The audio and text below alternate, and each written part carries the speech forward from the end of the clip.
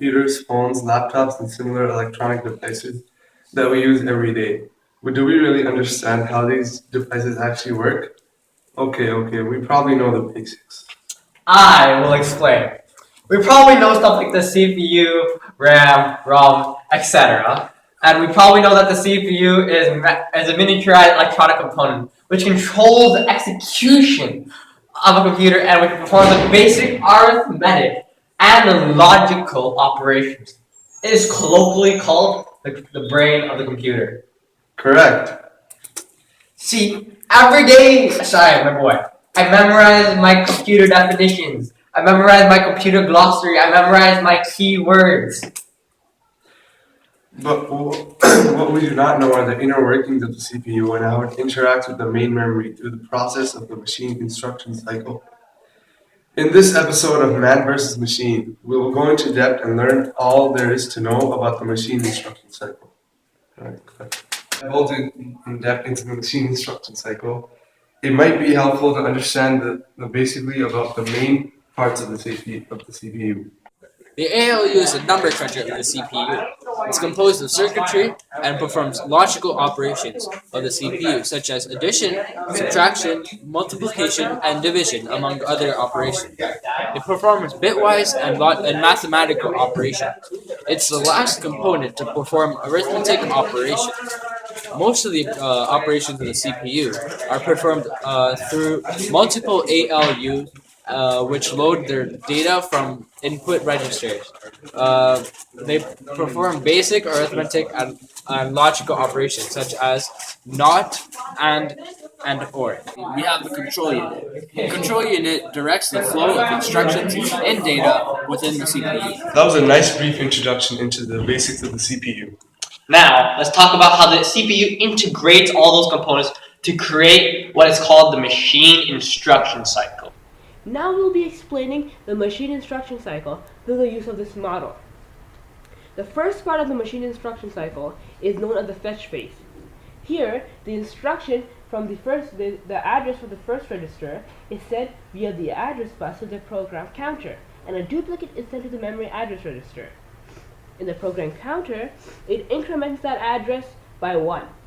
This is done so that the next the instructions in the next register will be selected in the next cycle.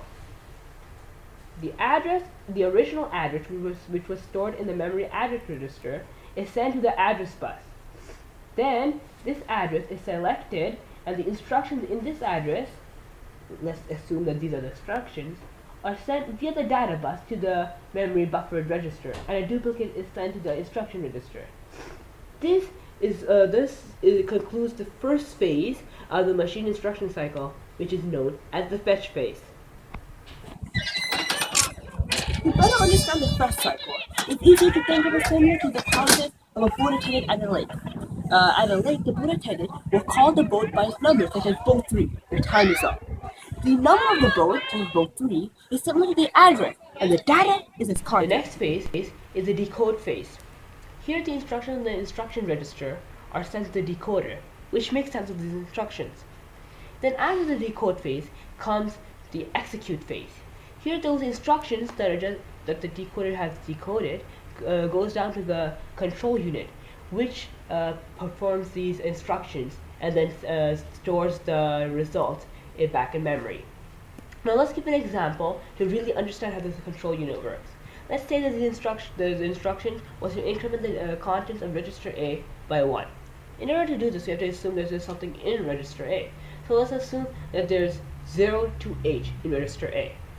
To increment these contents by 1, when the control unit takes over during the execution phase, the ALU, or arithmetic logical unit, will increment by 1 and send this incrementation through the internal register bus.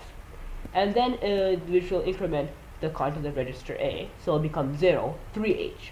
That's just one example of how the instructions, how the control unit will perform instructions.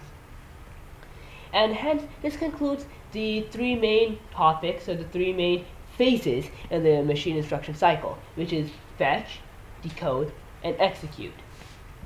Wow, such in-depth explanation. I feel that we are all beginning to really understand the process and appreciate it. Well, that concludes our first ever episode of Man vs. Machine. Wait! I feel so inspired by this episode that I wrote a small poem to explain the machine instruction cycle. It goes something a little bit like this. Fetch, decode, execute. These simple processes that compute. They tell the CPU what to do. Fetch, decode, execute. Fetch allows the CPU to get the instructions before me and you. It stores instructions in a buffered register and sends copy to the instruction register. Fetch, decode, execute. These simple processes that compute. They tell the CPU what to do. Fetch, decode, execute. Decode allows the CPU to know what it has to do.